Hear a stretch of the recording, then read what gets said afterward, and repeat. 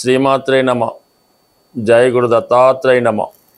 ఈ వీడియోలో మనం కన్యా రాశి వారికి మార్చి 1వ తారీఖు నుంచి 7వ తారీఖు మధ్యలో జరిగే వార ఫలాలు పరిశీలించినప్పుడు కన్యా రాశి వారికి 6వ స్థానంలో కుజగ్రహ ప్రవేశం, అక్కడ ఉన్నటువంటి రాహుతో కలియడం వల్ల, అలాగే రవి వ్యయాధిపతిగా 6వ స్థానంలో ఉన్నటువంటి ఈ గ్రహాల ప్రభావం వల్ల జాతకుడికి చేపట్టిన కార్యక్రమాల్లో విజయం లభిస్తూ ఉంటుంది. ప్రధానంగా ఆర్థికపరమైన సమస్యలు, కోర్టుపరమైన సమస్యలు, అన్నదమ్ములతో, దాయాదులతో, స్నేహితులతో ఉన్నటువంటి విభేదాలు అవి సమసిపోయి మీకు అనుకూలంగా తీర్పు రావడం జరుగుతూ ఉంటుంది. అలాగే ప్రభుత్వ అధికారులతో కానీ, ప్రభుత్వ లావాదేవీల్లో కానీ ఈ ట్యాక్స్, జిఎస్టీ వగైరా ఇన్కమ్ ట్యాక్స్ సంబంధించిన ఇష్యూస్ ఏమైనా ఉంటే అవన్నీ కూడా కంప్లీట్గా మీకు ఫేవర్గా రావడం జరుగుతుంది. వారి దగ్గర నుంచి మీకు ప్రతిఫలం, ఏదంటే ఏమైనా రిటర్న్స్ లాంటివి ఏమైనా ఉంటే రావడం జరుగుతూ ఉంటుంది. ఇక ఉద్యోగ సంబంధించిన విషయాల్లో మీరు ఏదైనా ఒక పోటీ పరీక్ష రాస్తున్నా, ఒక ఇంటర్వ్యూలో ఇవ్వాల్సి ఉన్నా, లేదంటే ఒక క్రీడా రంగంలో ప్రవేశం కొరకు ప్రయత్నం చేస్తున్నా 100కి 100 మీకు సక్సెస్ రావడం జరుగుతుంది. అంటే మీరు వద్దంటేనే మీ తర్వాత వారికి ఛాన్స్ వస్తుంది తప్ప మీరుండగా అది వేరే వారికి అవకాశం అయితే ఉండదు. ఈ విధంగా అత్యంత బలంగా మీకు 6వ స్థానం శత్రు రోగ రుణస్థానం ఉండడం జరిగింది. విజయస్థానం అంటే 6వ స్థానంలో పాపగ్రహాలు ఉన్నప్పుడు అది జాతకుడికి సక్సెస్ రావడం జరుగుతుంది. మీ యొక్క శత్రువులకు ఎవరైతే ఎనిమిస్ ఉన్నారో వారికి నష్టం కలుగుతూ ఉంటుంది. అందువలన నిరభ్యంతరంగా ఎటువంటి సెటిల్మెంట్ ఉన్నా ఈ వారంలో మీరు కంప్లీట్ చేసుకోవచ్చు.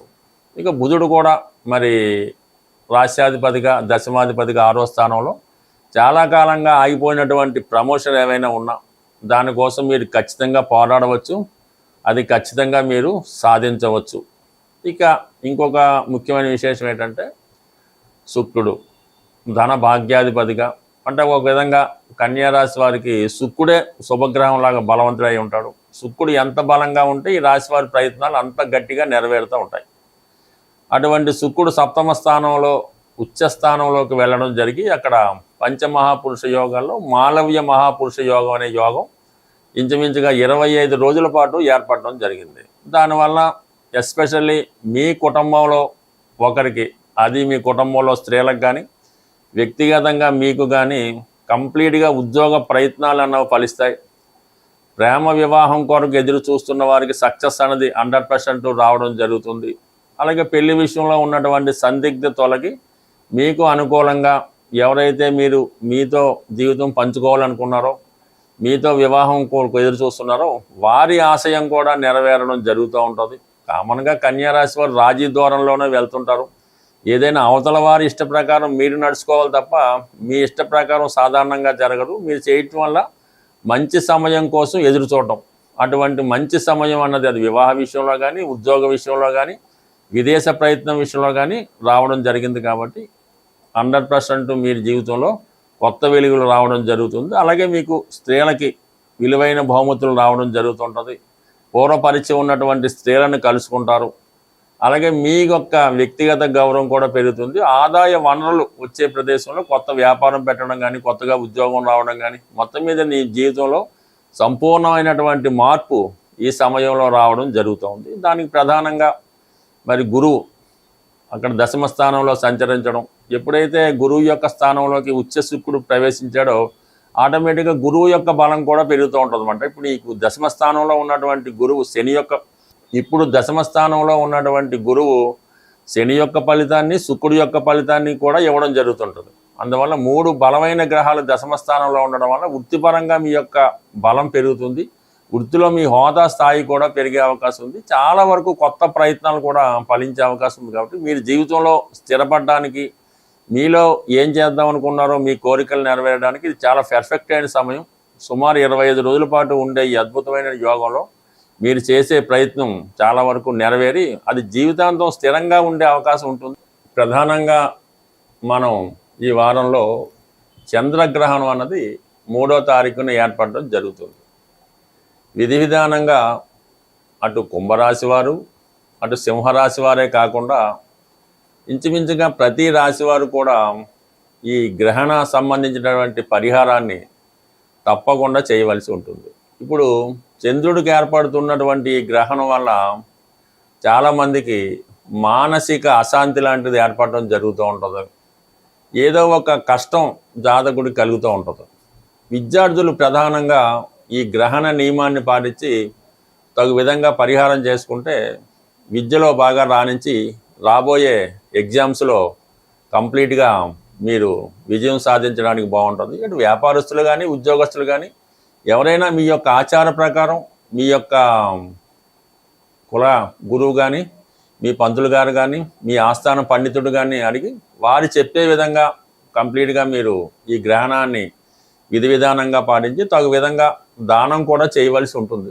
అది చంద్రగ్రహణం కాబట్టి ఈ బియ్యం డొనేట్ చేయడం వల్ల కలిగిపోతుంది. దాని తర్వాత కంప్లీట్గా మీరు శివుడికి ఆవుపాలతో అభిషేకం చేయించుకోవడం, వీలైతే కొంతమంది కన్నా భోజనం పెట్టించడం, అంటే అన్నదానం అది అనలేం కానీ ఒక 10 మంది అతిథులు పిలిపించి చక్కగా భోజనం పెట్టడం వల్ల ఈ గ్రహణం మీకు అనుకూలంగా మంచి ఫలితాన్ని ఇవ్వడం జరుగుతూ ఉంటుంది. ఇంకా ప్రధానంగా తల్లిగారి యొక్క ఆశీర్వాదం తీసుకున్నా కూడా ఈ గ్రహణ దోషం పోయి మీకు మంచి మనసు, మంచి ఆయుష్, మంచి జ్ఞానం వచ్చే అవకాశం ఉన్నది.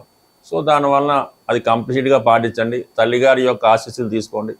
తల్లిగారికి ఏదో ఒక బహుమతి ఇచ్చి వారి ఆశీస్సులు తీసుకుంటే ఇంకా బెటర్గా ఉంటుంది. సో దాంతోపాటుగా మన ప్రేక్షకులకి ఒక ముఖ్యమైనటువంటి విన్నపం ఏంటంటే, ప్రతి సంవత్సరం కూడా మా జ్యోతిష విజ్ఞాన కేంద్రం అనే ఒక ఫర్మ్ ద్వారా ఈ జ్యోతిష మహాసభలో నిర్వహించడం జరుగుతూ ఉంటుంది.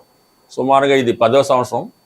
ఈ నెల అంటే ఇంచుమించుగా ఈ మార్చి నెల 22వ తారీఖున ఆదివారం రోజు మన హైదరాబాద్లో ఈ సుందరయ్య విజ్ఞాన కేంద్రంలో ఈ జ్యోతిష సభ ఒకటి ఏర్పాటు చేయడం జరిగింది. దాంట్లో ప్రముఖుల్ని ఆహ్వానించి ఈ జ్యోతిషానికి ఉపయోగపడే, అంటే మీకు ఎవరైతే జ్యోతిష విద్యార్థులు ఉంటారో, జ్యోతిష్కులు ఉంటారో వారికి ఉపయోగపడే కొన్ని విషయాలు చర్చించడం జరుగుతుంటుంది. మీలో ఎవరికైనా ఈ జ్యోతిష సభలో పాల్గొని మీకు వచ్చిన విధంగా సభలో ప్రసంగించాలనుకున్నా, సభలో పాల్గొవాలన్నా మమ్మల్ని సంప్రదించవచ్చు. దీనికి ఏ విధమైనటువంటి ఫీజు ఉండదు. మరి సభలో పాల్గొన్న వారికి అన్ని సౌకర్యాలన్నీ, భోజన సౌకర్యాలన్నీ కూడా ఉచితంగానే ఏర్పాటు చేయడం జరుగుద్ది. ఎటువంటి ప్రవేశ రుసుము ఉండదు. కాబట్టి ఎవరైనా మా మీద అభిమానం ఉన్నవాళ్ళు, కొత్త విషయాలను తెలుసుకుందాం అనుకునే వాళ్ళు ఈ నెల 22వ తారీఖు ఆదివారం రోజు జరగబోయే సభకు ముందుగా మీ యొక్క పేర్లు ఇచ్చి మమ్మల్ని ప్రోత్సహిస్తారని ఆశిస్తూ, అలాగే ప్రధానంగా ఈ వారం నుంచి శుక్రుడు ఉచ్చస్థితిలోకి వచ్చి మరి కొన్ని రాసుల వారికి మాలవ్య మహాపురుష యోగం అనే యోగం ఏర్పడింది. శుక్రుడు బలంగా ఉన్నప్పుడు మరి లక్ష్మీదేవిని ఆరాధించడం వల్ల, పూజించడం వల్ల మనకి తొందరగా అమ్మవారి ఫలితం ఇవ్వడం జరుగుతూ ఉంటుంది.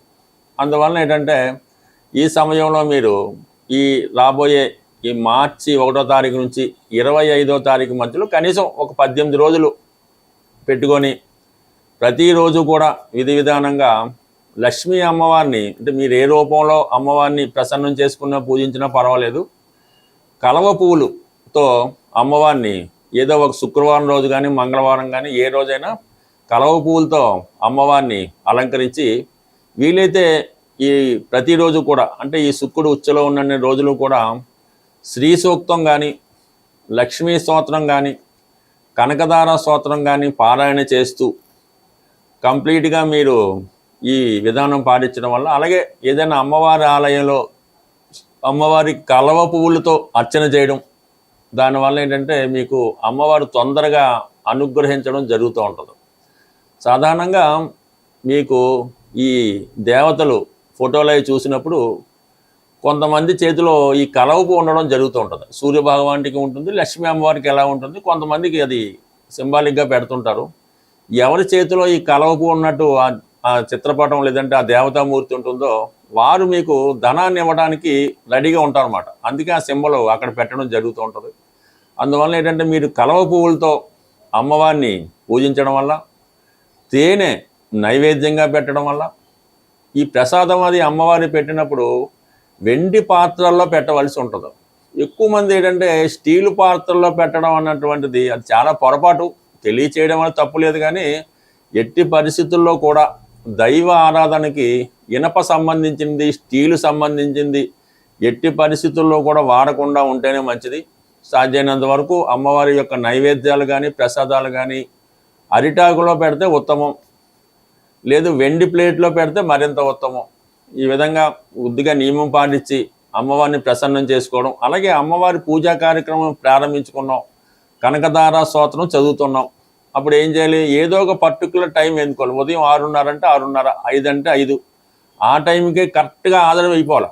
ఆ టైంకి చేస్తేనే మీకు ఆ ఫలితం శీఘ్రంగా తొందరగా రావడం జరుగుతూ ఉంటుంది. ఒకరోజు 6 గంటలకి, ఓ రోజు 9 గంటలకి, ఓ రోజు సాయంకాలం, ఈ విధంగా చేయడం వల్ల మీరు 1,00,000 రోజులు చేసినా సరే ఆ ఫలితం అన్నది మీకు రాదు. ప్రధానంగా మీరు అమ్మవారికి సంబంధించినటువంటి ఏ స్తోత్రం పారాయణ చేసినా ముందుగా అది చక్కగా విని దాని తాలూకా అర్థం పూర్తిగా తెలుసుకొని అది చదవడం వల్ల, పారాయణ చేయడం వల్ల ఆ ఫలితం మీకు తొందరగా వస్తుంది. అది మీకు తెలిసిపోతూ ఉంటుంది. మీరు ఒక్కొక్క వాడు చదువుతుంటే ఆ స్తోత్రం పూర్తయ్యే లోపల అది మీకు ఎటువంటి అనుభవం ఇస్తారన్నది మీరు ప్రత్యక్షంగా దాన్ని అనుభవించడం జరుగుతూ ఉంటుంది. ఎప్పుడు అది దాని యొక్క పూర్తి అర్థం తెలిసినప్పుడు అది మనకుగా భావించి మీకు తెలుస్తూ ఉంటుంది. అది పూర్తిగా భక్తిలో సంపూర్ణంగా చేసిన వాళ్ళకి అర్థమవుతూ ఉంటుంది అన్నమాట. అందుకని ఈ విధంగా దాదాప్యం చెందుతూ శరణాగతి చెంది అమ్మవారి పాదాలు పట్టుకొని ఒక్కసారి చేసినా కూడా మీకు 1,000 సార్లు చదివిన ఫలితం అన్నది తప్పకుండా కలుగుతుంది. ఇందులో శ్రద్ధ అన్నది వెరీ వెరీ వెరీ ఇంపార్టెంట్. స్వస్తి.